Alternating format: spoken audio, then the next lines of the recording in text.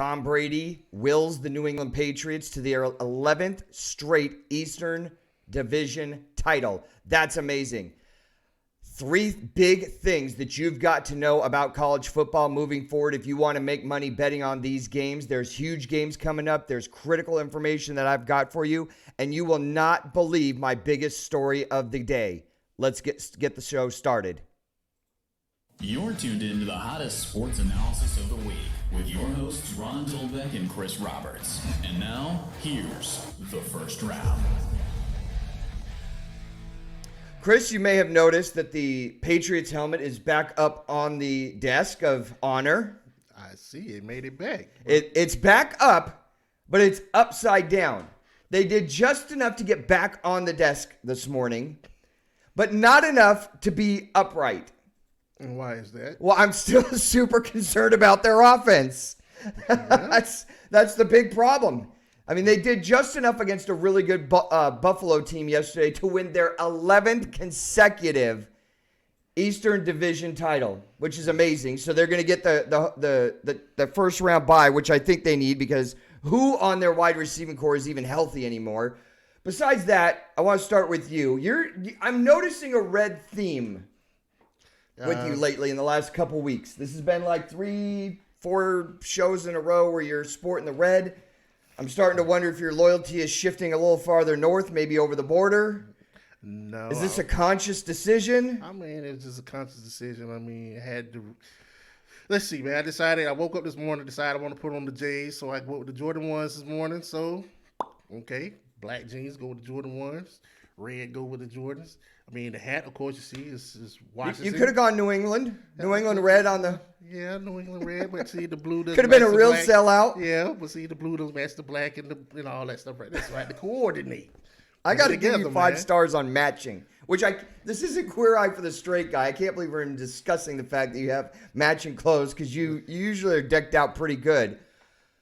Patriots game yesterday, entertainment level 0 to 10. 10 is you can't miss it. You're not a fan. Not a fan. You're not going to be that intrigued.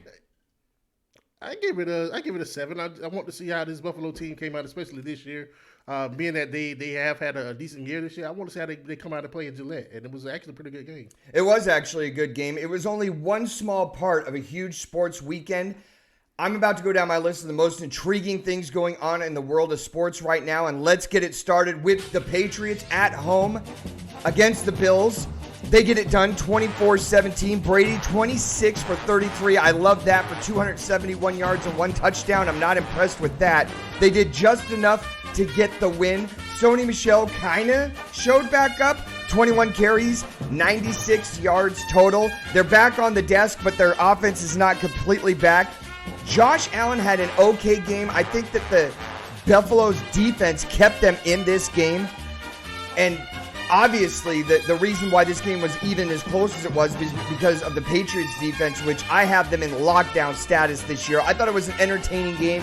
Patriots get the first round bye. We'll talk more about that. How about Houston going on the road? Deshaun Watson with a sort of gimpy left ankle gets it done 23-20 at Tampa Bay. The real story here isn't the fact that the Houston Texans clinched the AFC South. It's my favorite player in the NFL, Jameis Winston, throwing 4 more interceptions. I don't know if you caught his press conference after the game. Chris and I will definitely talk about that because there was a lot of meme material, internet material, and humor. If you're a stand-up comic and you need some material, this guy gave you a year's worth of it yesterday. 4 interceptions. He's up to a grand total of 24 on the year. We'll talk more about that. 49ers get it done at home against in-division rival, the LA Rams, who were in the Super Bowl last year. They won't be in the playoffs this year. Robbie Gould hits a 33-yard field goal to give them the win with time running out, 34-31. I thought it was a great game. I think they're positioning themselves for a showdown next week against Seattle. College football news. UW gets it done against Boise State in the Las Vegas Bowl, 38-7. Chris Peterson goes out as a winner, finishes up 9-3 on the season. We'll talk about that. App State gets a big win, 31-17. Gets Bill Clark, new head coach there, his first victory. They finish up 13-1 on the season. San Diego State, Buffalo, Florida Atlantic, Arkansas State, Liberty, they all get big wins along with Kent State. And Liberty, I think, is a really great story. They're going to finish with 9 wins on the season. And guess who's the coach there? Hugh Freeze, rising from the ashes like a phoenix, gets them to a bowl win. Good job for them. NBA news. Isaiah Thomas, playing against Philadelphia, goes into the stands to confront a fan that he said was heckling him. We're going to talk about that story. Clippers used 20 slam dunks, most in the past 20 years in any game, to get past San Antonio. 134-109. Kawhi Leonard goes for 26 points. The real story in the NBA is Magic Johnson this week coming out with some salaciously arrogant comments. Chris and I are going to talk about that. You don't want to miss what he said. Other NBA news, NBA is considering a $1 million purse per player for an in-season tournament that I brought in 15 experts, 6 surgeons, 4 guys from NASA, and Ray Boo Boo Mancini, along with Elon Musk, and we still can't figure out what they're going to do and how this logistically works. Chris says he has it figured out. He's going to have to tell me because I can't figure it out. College hoops news yesterday. Number 5, Ohio State takes down Kentucky 71-65. This is the only non-conference back-to-back losses that Kentucky has had since 2012. Just camp on that one for a minute. That's a pretty impressive stat. Nova knocks off number 1 Kansas. Where have we heard that? Oh, every other week this season, Kansas goes down to Nova 56-55. Memphis star freshman center James Weissman announces he's done for the season. Chris and I will get into that. You'll want to stay tuned. Major League Baseball news. Chi Sox sign left-hander Dallas Keuchel. This is a story that I can't believe. There's more tentacles that go into this that didn't come out in the news and that I frankly really can't even believe. It has to do with his contract. We'll get deeper into that. Major League Baseball is currently working on an electronic strike zone system that Major League Baseball Commissioner Rob Manfred said will be implemented in the 2020-21 seasons in the major leagues. We've seen this in the minor leagues. We've seen this in the Atlantic League. Chris and I will talk about that. I actually can't believe what they're proposing. If you're a Major League Baseball fan, you'll want to stay tuned for that. And 3 things in college football that you absolutely have to know. We will get to that in the show. Before you make your bets, you'll want to hear what I have to say about that. Chris, there's tons of stuff going on. You know, last week we didn't even cover UFC. No, we really didn't. Kamaru Usman and Colby Covington knocking him out in the 5th round. I mean, this is, again, I just love this time of year because everything is going on. And some of it's irrelevant, a little bit of it, you know, the Major League Baseball stuff, some of the NBA basketball games. But, I mean, if you are bored at this point in the season, there's something wrong with you. Yeah, I mean, did you see that Chavez Jr. fight, man? Yeah, he lost, right? He lost. He quit. He quit. He quit. No mas. No mas. He quit. Wow. I didn't, you know, I should be on top of that. But yeah, I didn't know about that. Yeah, the guy actually threw in the towel because he said he had a broken nose. And as he's walking out of the stadium, everybody's booing him and throwing bottles and whatnot at the kid because he... What round? Huh? What round was this? I think this was like the 5th or 6th round. He just like, wow. I gave up. I'm out. It's over. I've said for so long, right? Boxing has to find a way to get this fixed. Right. There's the WBO. There's the WBC. There's 15,000 divisions out there that, you know, I mean, half the people that even try to follow boxing, they couldn't name 5 or 6 of these belts that are out there. I mean, Trump had a belt out there because we're going to make boxing great again. It's good. We're going to export boxing to China and Turkey, and it's going to be huge. Let's get to the NFL before boxing and MMA as Manny the Wonder Dog is joining us here, our mascot on set. Patriots get it done at home in a game that I was kind of nervous about because you're looking at a 10-win Bills team that has really turned it around this season, has a pretty good defense, an okay offense. Josh Allen is finding his way at quarterback. The offense for the Patriots, I mean, it's just... Yesterday, the commentators were like, oh, yeah, they've found their way back. No, they haven't. Julian Edelman is not 100%. Mohamed Sanu is not 100%. Jacoby Myers is a rookie still. So, you know, there's no... And N'Keal Harry's been on IR most of the season. Although he's starting to emerge, if you want to call that in the last 3 games, emerging. Right. The running game, Rex Burkhead looked better. Sony Michel looked better. First play of the game, he goes for 26 yards on a trap play. I think their offense looked better, but I'm not going to sell the farm or buy any stock in their offense right now. What I do rely on is the fact that they've been there. They have a quarterback that's experienced, that knows what he's doing, and a coach that knows what he's doing, an offensive coordinator that knows what he's doing, and they're going to get that bye and a home field advantage. Some time to rest up. I'm just not sure that it's enough time to let the glue settle and make everything more cohesive on their offensive unit. Well, I'm with you on that when it comes down to that. I mean, because it does take time to gel. The fact that you're starting to get these parts back of his running. Again, like you said, Jacoby Myers is a rookie. I mean, there's been some routes and whatnot that you see, and you're like, okay, why did you run the wrong route? Brady's probably looking at him like, what are you doing? But I think it's going to take an off season for these guys to actually gel and get together. So you have the Patriots offense that you're used to seeing. It's just going to take some time, and I think it's going to probably be an off season for these guys to get it together and gel it and get it back together. So I was on Twitter and some other boards yesterday after the game, and a lot of people were talking about the fact that Josh Allen really didn't have a good game.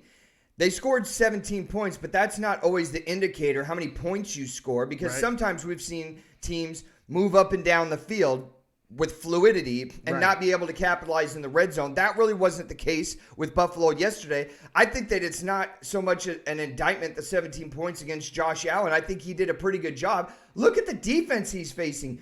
Basically, he couldn't go to his right-hand side the whole game because Stephon Gilmore was over there all game. Right. And when they put their number one wide receiver on the right-hand side, if they thought they were going to have any trouble, Devin McCourty was dropping into double coverage. Right. So it's like that whole half the field is on lockdown right there. Right. So I don't think that he had a bad game. I think he's coming along, and if I was a Bills fan, I would certainly feel a lot more optimism this year with his performances than last year. He's learning, when to run. Obviously, he's a tough kid, too. Running the ball. I mean, yesterday he got face masked on a 4th and 1. Critical situation, driving down into the red zone, still pushed through the face mask to get a first down. I'm not so down on Josh Allen this morning if I'm waking up as a Bills fan. If I'm a Bills fan, I'm very, very ecstatic. The fact that this guy, they have an offensive coordinator that's putting him in the right place with the RPOs, which are really to his strength and to his advantage. And so the fact that he's able to have actually run these RPOs and actually run them correctly, if I'm the Bills, I'm very optimistic about the future with this guy. I would be too. I think they just need to, get maybe one more wide receiver. That could have been Sammy Watkins that they let go of a couple of years ago, and maybe another running back that would have been Carlos Hyde a couple of years ago. Right. So directionally, they're making some moves that make sense and that I understand. Some of the other ones, they've got to get some impact players on the outside and at running back. Houston goes down to Tampa Bay yesterday, gets a win, 23-20, locking up the AFC South. It was against Tampa Bay. And Carlos Hyde had a pretty good game. Deshaun Watson had a pretty good, manageable game. Their defense was pretty good. Nothing really stood out. It's the same thing with Houston and Bill O'Brien. It's kind of like a bipolar, pretty good. They're either in the C+ or the C- range. Nothing that's A+, nothing that's F. The real story of the game, honestly, I thought was Jameis Winston. Did you hear his press conference after the game? Did I really want to hear that? Did you hear it, though? No, man. Okay, so let's start with the fact that he threw 4 interceptions, which brings him to 24 on the season. Well, I did see that. Right. And they're asking him, obviously, everything is, tractor beaming in the press conference towards the fact of, well, how about your performance today? And how about getting over the interceptions and not being able to win games that you should win? And he said, look, I can't win. He comes right out and says, I can't win. I can't win the big games. I can't stop fumbling. Yeah, that's what I've been saying all year, dude. You could have saved yourself a lot of trouble if you were turning into the first round in September. They cannot keep this guy on, can they? I mean, he's expecting $20 million and to remain the starter. If it's me, I'm cutting ties with Jameis Winston and taking my chances in the draft. You've got Mike Evans there. For some reason, you let go of Jackson at wide receiver, who was a burner. I start rebuilding my running game, offensive line, and quarterback position starting next year and just scrap the whole thing. Well, no, they're not going to get rid of Jameis Winston. There's actually talks about them actually franchising Jameis next year. Oh, my God. Wait, are you going along with that nonsense? You're going to franchise tag a guy that's this bad? Well, Ron, he just came out in front of your fan base and said, I can't win. But you have to... Jameis is an interesting case when it comes down to statistics. I mean, even though yes, he is an interception magnet, but over the past like since 5 years he's been here, he has just as many passing yards as a Peyton Manning or any other top quarterbacks. How many wins does he have in the playoffs? I mean, that's an issue, right? How many wins? He doesn't have any wins. There you go. He's been there for 5 years. And do they have any hope of making the playoffs next year? I don't see it. With Jameis Winston, he has weapons. But my question that I have with Jameis Winston, ever since he was at Florida State, can the guy really see? Because sometimes you see Jameis, he got this quick thing going, and usually when he makes mistakes, I actually wonder. I mean, can he really see? Can he see? I mean, if he can. If he can, I believe there is a vision issue because I mean some of these because some of these interceptions you're sitting here looking like, okay, your guy is there. Why are you throwing it there? So you think he's colorblind because he's throwing to the wrong jerseys? I don't know if he's colorblind. I don't know if the guy can see. This is the biggest stretch I've ever heard from a Florida State alum about Jameis Winston. I don't even want to hear that I can't see stuff. I seriously don't think the guy can see. I seriously don't think he'll ever take a team to the Super Bowl. Not throwing interceptions like that. I mean, at this rate, and this guy's going to have more interceptions than Brett Favre. How many fumbles has he lost this year? Cut ties. Sorry. I'm going to position myself, move up 5 or 6 places in the first round, get myself the next guy in line. When he came out, I said the same thing. Super talented, nothing between the ears. He's a 35-year-old guy when it comes to skills. He has, he can lob a ball in there, but maturity-wise, he's a teenager, man. He's a young kid. And now with all the interceptions, that is a terrible sign. You haven't made it to the playoffs in 5 years. You've been way overpaid. You're not a leader. I don't want that guy. Look at him and look at Tom Brady. Look at him and look at the great quarterbacks around the league. You see Deshaun Watson came out after him. You don't see him acting like that. Stupid stuff. I mean, I don't know. I'm cutting ties with them. San Francisco gets a big win at home. Trying to get that home field advantage yesterday against a stout, good, up for the challenge Rams team who was in the Super Bowl last year and won't make the playoffs this year. And how many times have we heard that? That's every other season. Every other season. If you take the Patriots out of that equation because they're in the playoffs every single year and they represent the AFC many, many years in a row in the Super Bowl. If you take them out of the equation, I think the statistic goes up to 60% of the teams that make the Super Bowl don't even make the playoffs the next year. But let's talk about San Francisco and the Rams. Last weekend, the Rams lay an absolute egg in Dallas, and they come back and actually on the road play a wholehearted game. Good effort. They just gave up a galactically terrible bomb yesterday to Emmanuel Sanders from Garoppolo, which set up Robbie Gould for a 33-yard chip shot that he hits with basically no time left on the clock. And they get a quality win. Some of the wins when you have great seasons are going to be these close wins. How good is San Francisco moving forward? San Francisco is really a dangerous team in the NFC, simply because their defense is tough, it's stout. And then on top of that, you have Garoppolo now that's starting to figure things out, and he's starting to come along, and his offense is starting to open up a little bit with, once they add in Emmanuel Sanders on the outside, that's helping Garoppolo actually open up this offense. I think you're right. I love what they have at tight end. I love what Jimmy Garoppolo's done. They have some speed on the outside, and their defense is obviously locked down. Kyle Shanahan has proven it's not just a freak thing when he was offensive coordinator at Atlanta and a couple other places, that he can step up and take the helm at San Francisco. I look at that division, and you've got 2 double-digit win teams at the top in San Francisco and Seattle. Yeah. And depending on how the playoffs match up with, especially with the big implications in the NFC East with Dallas going on the road to Philly, we could see a 10-win San Francisco team or a double-digit San Francisco or Seattle team go on the road to play Dallas. Ugh. I can't figure that out either. I know. I need help on that one. I don't know. I think Dallas is 1 and out if they make the playoffs. I think that's a big game today that I want to be keeping my eyes on. Actually, I'm going to win on this one anyway because I've got my money on Dallas straight up to win the game, no points. Right. And if they lose, I don't mind losing the money because I think Dallas is so overrated. Sorry to all you myopic Dallas fans that are out there right now. Let's go to college football. UW gets a big victory over the team that you picked, Boise State, 38-7. Head coach Chris Peterson goes out on a win. Washington, you want to talk about bipolar this year. They looked awesome yesterday against a solid Boise State team. Right. That, if you remember, at the beginning of the year, went into Tallahassee, which was supposed to be a neutral game in Jacksonville, ended up having to go to Florida State to play a true road game, beat them, which turned out to be not such a quality mark on their schedule, but it's still a victory. And yesterday, they just get whitewashed by Washington. Yeah. I mean, I was looking at that game, because Washington is so up and down, and Boise has kind of, in a sense, been the more consistent of the two. I was thinking that, hey, Boise can come in and steal one. But, yeah, it didn't happen. Washington in the first half just established dominance on offense, was going up and down the field.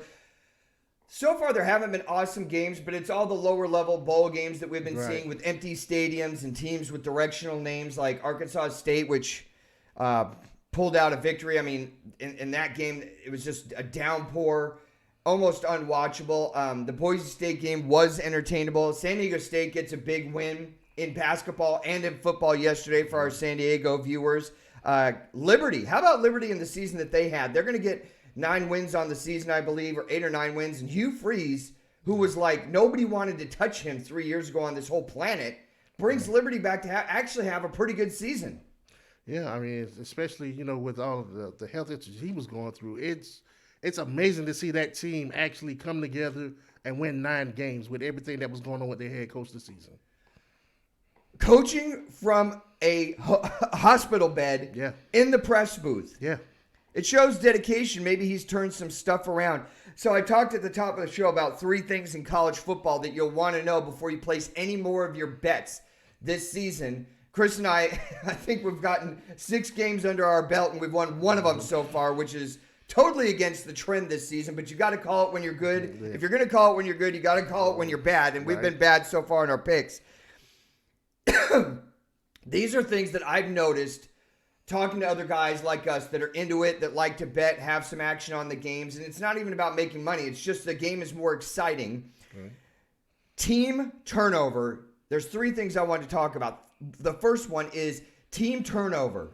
And I don't mean turnovers in the game, but we're talking about players that decide not to play. Whole coaching staffs being changed out before the bowl game, or, being taken out, and you have some interim people like in Florida State situation. Right. There's different motivation levels that you can clearly see in these games, where some teams just for whatever reason come in motivated and other teams don't. So you have coaching turnovers, you've got players that choose not to play, and you've got motivation levels that are completely different in bowl season. I think that's my first factor that you've got to really look at, instead of just saying, well, how did this team do this year? Well, it might be a completely different team. It might be an unmotivated team. It might be a whole new coaching staff. Are there star players not playing in this game? Look at Oklahoma. Oklahoma's lost 3 players, probably 4 players by the time the game actually starts. And they're not, I don't know where their motivation level is. I've got to believe with Lincoln Riley there at the head coaching position that they're going to be highly motivated. I'm still sticking with them to cover the 19.5 points on my teaser. But it's such a freakish thing because you never know how these things are going to affect a team. The second thing that I think is got to be out there is the freakish outcomes like at no other time in the year that happen in college football. Just looking at yesterday, San Diego State was giving 3 points. They end up winning by 37. How come Vegas, who's a billion-dollar industry, got that one wrong? SMU, favored by 3 points, loses by 24.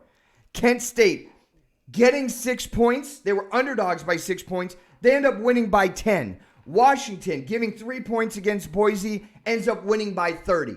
And this trend, I guarantee you, you will see the most freakish outcomes only in the bowl season. Now, during the regular season, there's upsets and close games. We see that with Clemson going to North Carolina. They're favored to win by 28. They end up pulling it out by 2 or 3 points. Right. Every team has a freakish blip. But I'm challenging you right now to write down all the odds on these bowl games and then go back and actually look at the results Because the most freakish results and lopsided games that you think, there's no way that App State yesterday comes out, they're a 17.5-point favorite. They end up winning the game by 14. But the whole first quarter, it's like they were zombies. They weren't even in the game.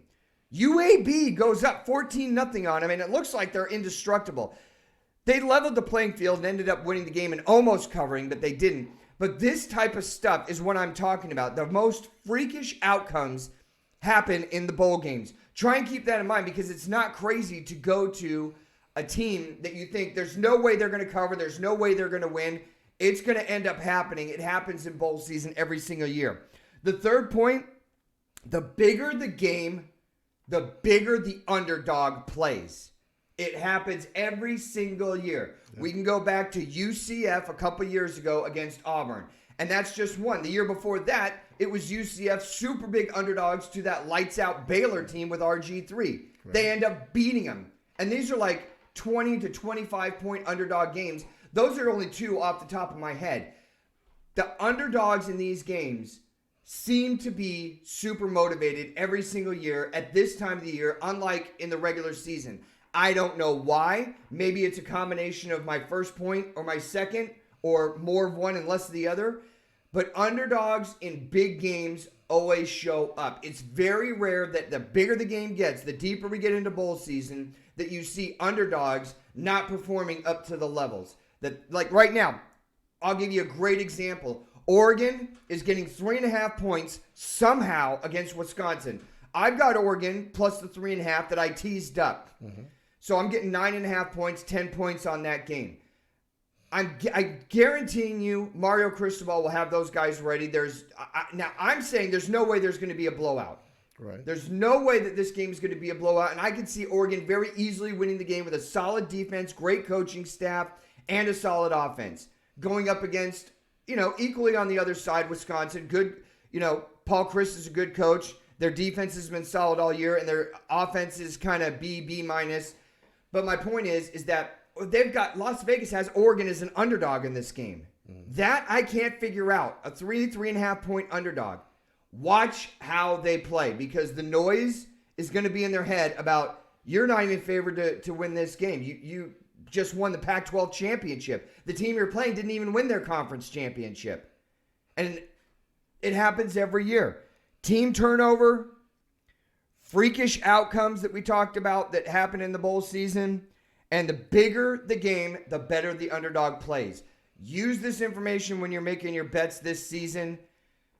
You will make money. It will help you. Trust me. The games you think are going to be the freakish most, there's no way that Virginia can cover the 17 points against Florida. I'm not saying it's going to happen. Right. Florida, I've got Florida to win the game. But watch. Just watch how many upsets there are. I mean, what are your thoughts? I mean, when it comes down to those upsets, I mean, when you talk about the underdog, you have to think some of these schools, this is their only big stage that they have. So when this is the only big stage that they have, they're going to put their best foot forward. So they're going to lay it all on the line, and they're going to leave it all on the field. So, with having that type of mentality going against a big team like, say, like Oregon going against Wisconsin. Okay, nobody really gives Oregon they have a chance to beat Wisconsin, but nobody's really giving them a shot besides, us, because we watch Oregon. So, so when you're looking at Oregon going up against that Wisconsin defense, we're going to see, the quarterback, go down the field, because we've seen him go down the field numerous times this season, and lead this offense down the field. So against a pretty stout defense. So, when it comes down to that, they just put their best foot forward. Yeah, I think you're right. And I think Justin Herbert, I think CJ Verdell at running back, I think Johnny Johnson at wide receiver are going to have a big game against a great offense. But right. I mean, if I'm getting 3.5 points in a close game, give me the points all day. Right. Well, let's go to the NBA. There's an absolutely unbelievable story that I can't believe in the NBA. But before I do, I want to take a small break. First of all, thank you to all of our new followers here in the first round. If you've subscribed in the last week, thank you for becoming a part of our family. We appreciate it. 5 stars to you, 2 thumbs up. And all of our followers on Twitter. You can reach us on Twitter at TheFirstRound1. Very entertaining. I'm getting more into Twitter. I'm not a social media guy. I've said this a million times. I'm not a social media guy, but there's interesting stuff out there, and sometimes stories come across Twitter that, you wouldn't see on ESPN or CBS or Fox or, some of these other larger venues, although Twitter's pretty big. NBA news. If I said to you that you and I are in the same age group, growing up, tell me the 5 greatest players that you ever saw play, who would it be? Oh, the 5 greatest? Ooh, Michael, Magic, Stop. Bird. Michael Magic Bird. Okay, let's talk about Bird and Magic. Yeah. Similar careers, similar trajectories, similar levels of success. Then after their playing days, they both go into coaching or the front office. Right. Both of them. I would say that Larry Bird, post-career, had a better administrative career, front office, coaching career than Magic. Would you agree with that? Yeah, I mean, look at what he did with Indiana Pacers, yes. Yeah. I mean, the Indiana Pacers weren't spit before he got there. You could say the Reggie Miller years, but they never were able to crest. I think he solidified them as being a top 4 or 5 team, if not better, in the East every year. Right. And player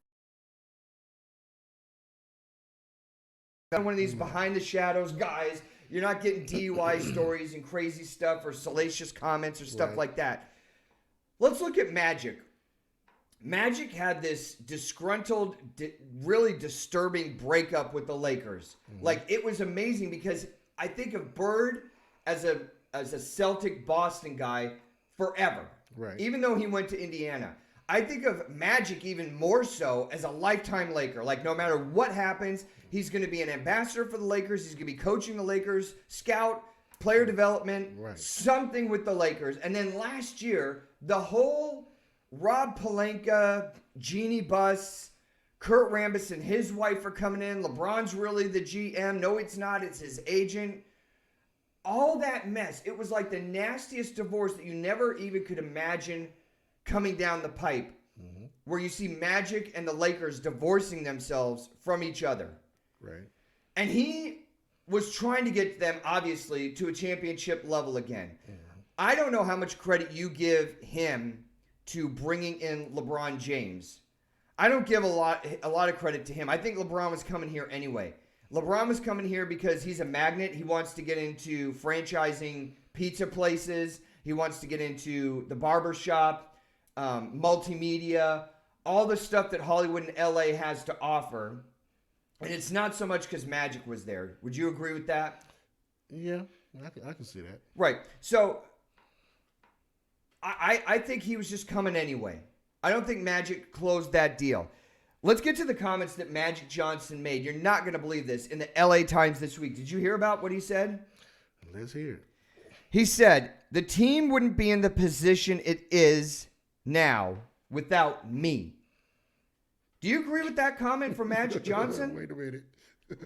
They're 24-5. He said without him. Without him, Magic Johnson. The Lakers wouldn't be 24-5 without Magic Johnson. Did he go into further details as to what he did? Because I'm still trying to figure it out. What did you do? I'm trying to figure it out. That's the question. Let's look at the current lineup. These are the players that have helped the Lakers to get to a 24-5 record, right? When just last year, if not even definitely the year before, they were an absolute mess. Terrible. Dumpster fire. Anthony Davis. Okay. LeBron James, Dwight Howard, Jared Dudley, Danny Green, JaVale McGee, DeMarcus Cousins. That's pretty much the core of the Lakers right now. Right. All those players had nothing to do or any kind of contact with becoming a part of the Laker family because of Magic Johnson. Sorry, nothing to do with it. He had nothing to do with it bringing any of those players in. Let's look at the players on the current roster who he has had something to do with bringing in. Rajon Rondo, who's been with 57 different teams in his 13th season. Okay. Avery Bradley. Kentavious Caldwell-Pope. That's it. Those are the 3 reasons why the Lakers are 24-5 right now and having such a great season, is because he had his hand in bringing in Caldwell-Pope, Rajon Rondo, and Avery Bradley. Avery Bradley was a pretty good defensive player in his time. That's where he hung his hat. But his best years are in the rearview mirror. Same with Rajon Rondo. Rajon Rondo has become a head case that has a cup of coffee at a different team every 2 or 3 years. Mm-hmm. And Kentavious Caldwell-Pope is a pretty good player. I'd say a C+ player that'll probably have a journeyman career, won't ever make an all-star game. Those are the reasons why they're having the success that they are, Magic. I respect Magic Johnson and think he was an awesome player. But it's like, what are you thinking? Like, where's your head at to come out with a comment saying they wouldn't be where they are? Where's the foundational moves that he made to bring these guys in? Because I'm going to make the case that LeBron was already coming. It wasn't him closing the deal. LA brought LeBron, not Magic. Magic didn't have anything to do with AD coming. That was a Rob Pelinka thing and a LeBron James thing. And who's his agent? LeBron's agent? Yeah. He had everything to do with that. Danny Green, good three-point player, outside threat, solid guy who's been in the league. Magic didn't have anything to do with that. DeMarcus Cousins, JaVale McGee, both solid players. One is, hurt and probably ended his career, DeMarcus Cousins. JaVale McGee is a good C+ guy that's been around. Isn't going to give you problems in the locker room, off the court. He'll give you solid time when he is playing. He's not a dynamic player, but he's good. Dwight Howard has actually calmed his mouth down in his attitude. He's a good role player. I just can't even understand what Magic Johnson's thinking. Is this just like he's in the corner? Because he's not even in the news, so why make a comment like this? Because he has that me syndrome because nobody's really paying Magic any attention. Does that seem like Magic, though, throughout the time that we've known him growing up? Like, that just doesn't seem like his character. I thought he was more of a character guy and that he was above this kind of nonsense. I think Magic, he's a character guy, but I think in this situation, it's because Magic is a Jerry Buss guy. He's not a Jeannie Buss. He's not a Rob Pelinka, right? He's not any. He's a Jerry Buss guy, and the fact that now Jerry's long gone now, he's kind of on the outside looking in, and so he's trying to. I guess try to remain relevant when it comes down to that Lakers franchise. The last year that he was there, in place as the GM, I thought he was more of an ambassador for the Lakers than he was actually going out developing talent and scouting. I mean, he would show up to Las Vegas and, other AAU events and stuff like that. And I didn't think he was really doing scouting. I thought he was trying to use the Magic brand to acquire talent. I didn't think he was actually doing player development and scouting and helping breaking down who they're going to bring in the draft. That, for some reason, went over to Kirk Rambis and Mitch Kupchak and Rob Pelinka. I just felt like Magic has been an ambassador. And now for the last year, he hasn't even been a part of the family anymore. They've disavowed each other. And it just seems like a stretch, and it's sad for me to see as an NBA fan. I obviously hated the Lakers and Magic growing up because I'm a Celtic fan. But it's sad to see, you're going out. You're closer to the end than you are the beginning. You're not in your prime anymore. And to make a comment like that, it just struck me. I didn't like it, and I expect better of him. I mean, we all expect better of Magic. I mean, we're looking at the Magic that that grew, that had this big, large business that gave back to the community, that did all these other good things. You had looking at the Magic that was part of the ownership staff with the Dodgers and bringing in people. You're looking at Magic that did a lot of these good things for the teams. I mean, stuff he did for the Lakers. And it's like now that he's been pushed out of the family, as you said. Now it's like, okay, but what about me? I had. What do I do now? Yeah, I mean, it's like I had some hand in the. When you have that much money in all the movie theaters and you still have clout, you can do speaking engagements, and not everything about him is negative. It's just this comment. It's like, where are you going with this? Other NBA news: the NBA is considering a $1 million purse per player for an in-season tournament. 2021-2022. So this isn't this season. It's going to be next season. I have literally read probably 10 articles on this. And I need a Venn diagram and some NASA experts and Ray Boom Boom bringing Elon Musk over to help explain to me what in God's green earth are they talking about, because they're going to take the top 4 teams from each, or the top teams from each division. And I'm probably way off. I'm just going to start by saying that. And then they're going to have 4 home games and 4 away games in the middle of the season that leads to a tournament which crowns what? And they're going to give $1 million a player? Yeah. Okay, help me figure this out because I'm throwing my hands up on this one. This is like marketing nightmare. Well, at first, I was trying to figure it out as well. I was kind of lost, kind of baffled. Like, why would you do that in the middle of the season? But what it boils down to is the NBA ratings they're starting to tank now. And it's not the fact that, diehard people are not watching the games, but I think now basketball, especially now, basketball is not really that good into the playoffs. And so they have to find something that gives you that playoff atmosphere, that playoff-like atmosphere that's going to attract people to watch the game, to watch all of the games, rather.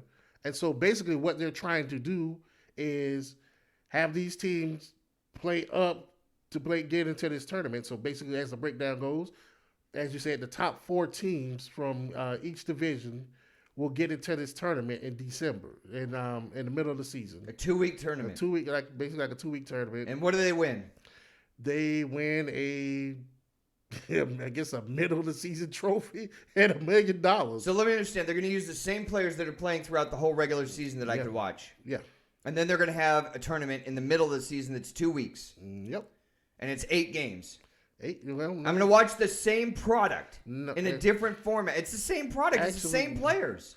Actually, it's only going to be 4 games because 4 road games and 4 home games. Well, that's what I understood out of it. It's going to be because it's only going to be 8 teams in here, and it's a single elimination tournament. So basically, the top 8 teams get in. You know what? I want to hear what our listeners have to say. You can reach us at the first round RD@gmail.com, or hit us up at Twitter, at the first round 1 on Twitter. Hit me up right now and let me know what you think of this idea, because this is one of the most galactically challenging ideas. It smells like tires that are on fire and then someone threw hair on top of it. I mean, it's like I don't even understand.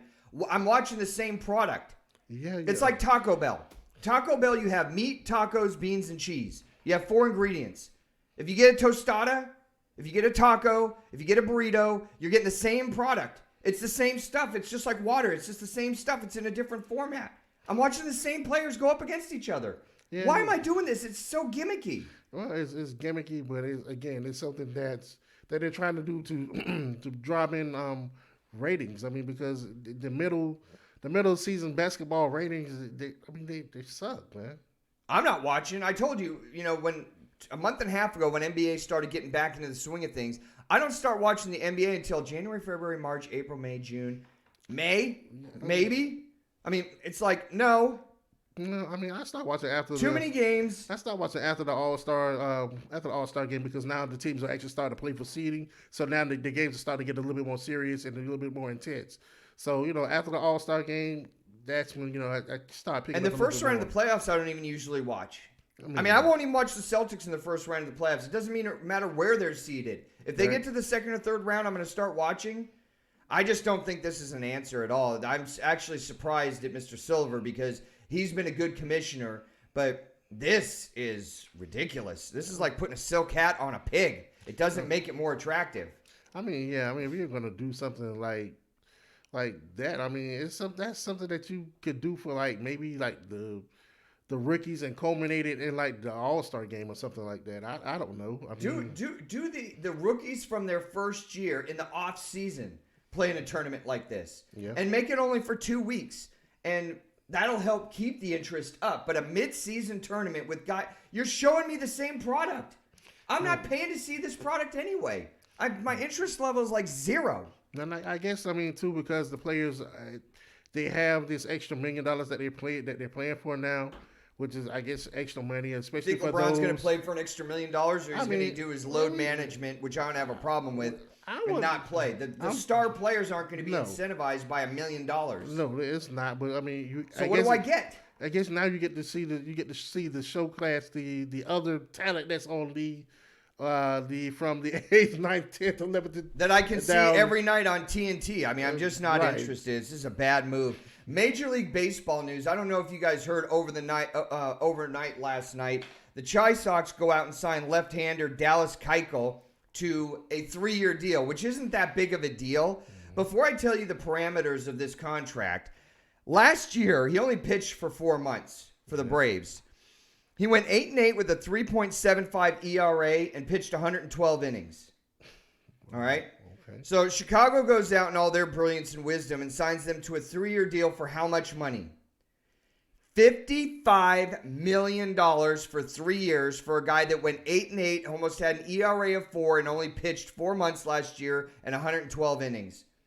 Am I out of my mind? Is this where we're at with baseball? Is these insane, ridiculous carnival of insanity contracts?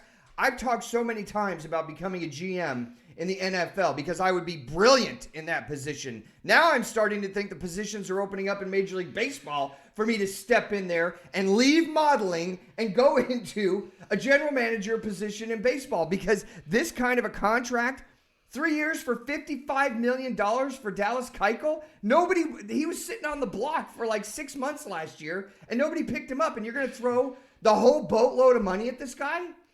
I mean, Ryan, I think I chose the wrong sport, man. Maybe I should have played baseball. 3 years, $55 million in the guy's For ERAs. 8-8 with a 3.75 ERA. Guys, I think I played the wrong sport, man. We're doing the wrong thing sitting here, man. Come on, Mom. You should have let me play baseball. Come on. Crazy. Okay, that's not even the biggest news in Major League Baseball. This is my actual biggest story of the day, and if you're a Major League Baseball fan, you are not going to believe what I'm about to tell you. We talked about this back in September on the show, but now it's actually really formulating. Electronic baseball frames, where a computer is going to generate the box score, or the box for the strike zone in Major League Baseball. Now, the Atlantic Leagues actually tested this out last year. Like I said, we already talked about that. I'm kind of split on the fence with this, where the umpire has a mic in an earpiece in his ear, and they set up triangulated cameras, 2 or 3 of them, in the outfield that project down to the strike zone, and it registers strike, ball, and the ump hears this, and then he makes the call. When he hears strike, he'll say strike. So he's not making the call. The computer is making the call on this. Right now, Major League Baseball is putting together a 5-year labor deal, and part of this is allowing automated ball and strike systems used by their Doppler radar systems called TrackMan to be used and tested in the minor leagues starting next year. Yep. Okay, here's my problem. I could get it triangulated over the plate. How do I know from shoulders to knees, from chest to knees? How are they going to quantify that with the computer? That's the first thing I want to know. But the second thing is I don't know if I trust this or not. I don't know if I want this in baseball, because out of every sport out there, what sport is built on statistics? You get 3,000 hits, you're in. You get 300 wins as a pitcher, you're in. Everything is about statistics. Even shaving the season or making it a little longer, it's a huge, big thing, because now you're going to have skewed statistics that you have to marry with the history of baseball and all their statistics. Like, if I went up to the average NFL fan, I said, who's the all-time leading tackler in the NFL? Out of 100 guys, 100 of them won't know the answer. Who's the all-time leading passer, and how many yards does he have? Do you know? I don't even know. I'll tell you that right now. I have no idea. Who's the all-time leading passer in the NFL? Passing yards or touchdowns? Yeah, yards. It's either it's either Brady or nope. Drew Brees. Yeah, might be Brees, but Brees. He's been in the news and he's an active player. Right. Who's the all-time leading point? Extra point and field goal kicker. Oh gosh, who knows? Morton Anderson, maybe. I mean, I'm just taking a shot. I don't know, because the kickers kick till like they're 100 years old. Right. It could be Adam Vinatieri at this point. I mean, nobody in no other sport. Stats are everything in baseball. I don't know how I feel about this. not having an umpire, because all these stats are built on real live umps, human error, doing the best they can, whether you like that or not. That's the foundation for all the stats in baseball. All of them. Now you're going to have a computer, and we're going to go to what? Instant replay on every single close call at every single base. We're going to instant replay already on home runs, on foul balls.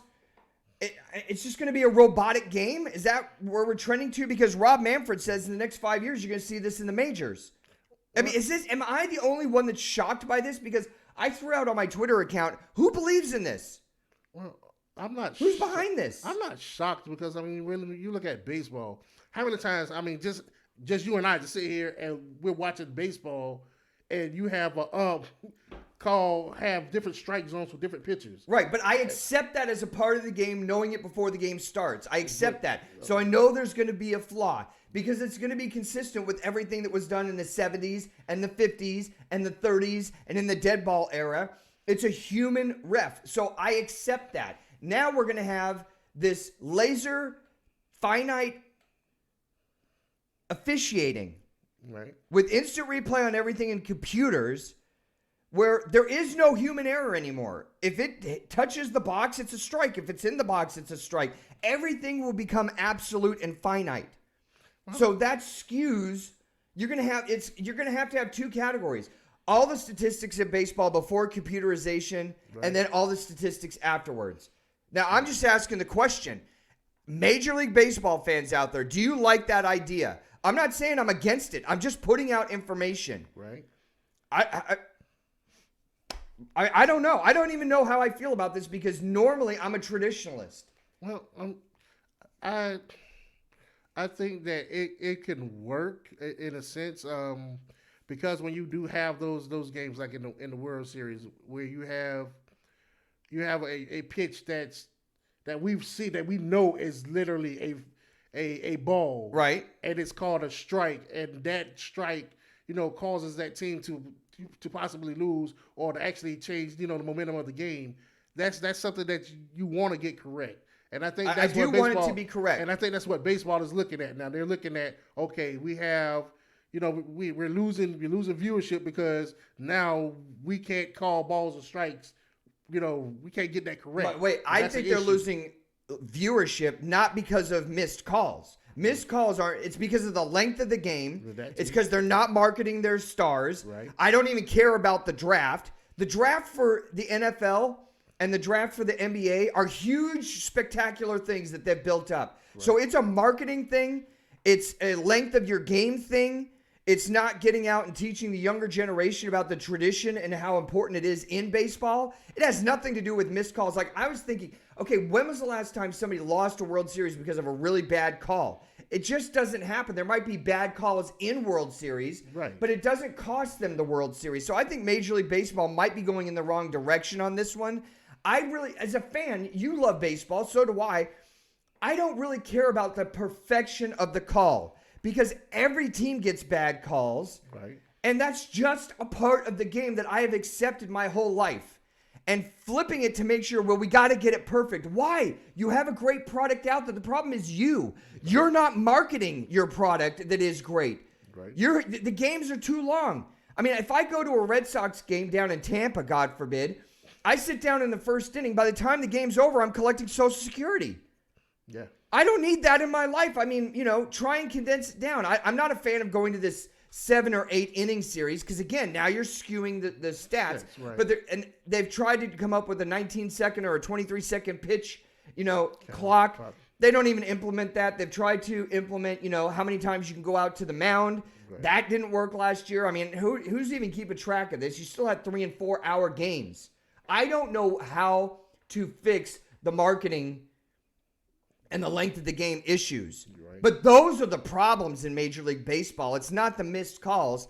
I hope they can get a handle on it because I think a lot of kids, like my kids and their generation, 25 and younger, they're losing their grasp on that marketing segment of society. They're going to lose it. And kids are like, why do I want to watch a game for 3 hours? I mean, it's like one step up from golf now. Right. Honestly, it's almost unwatchable. One other note, Ian Kinsler is going to retire from baseball going to the front office for the Padres. I'm only bringing it up because he's 1 hit shy of 2,000 hits, and he's calling it.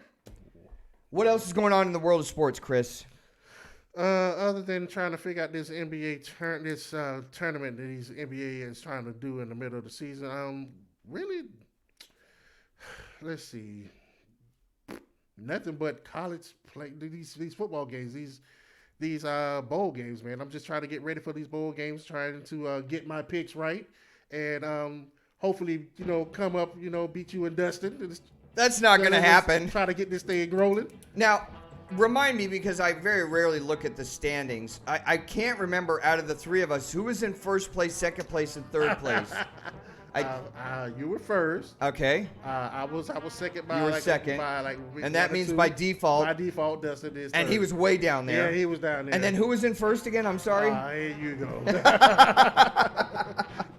13-1 on my teaser specials. 13-1. That music can mean only one thing. It's time to thank our support staff. First of all, I want to thank you for joining us here in the St. Jude studios. Thank you to all of our brand new subscribers here on YouTube. Go out and tell your friends about what an amazing show that we have, hopefully, and it's entertaining. Help build the first round of epic proportions. The man on the board, Ray Boom Boom Mancini, our producer. Man to my left here, my co-host, Chris Roberts. El Presidente Chet 40 for all of us here at the first round. Thank you for participating. Thank you for emailing in. Thank you for watching. We will be right back here with an epic show Wednesday. No, we're going to do it next Sunday because we've got Christmas. We've got Christmas. Right. I actually still have gifts I have to get. I'm going to go and get the gifts that I need to get. We'll be back here next Sunday. Enjoy your sports weekend, everybody. Bye-bye.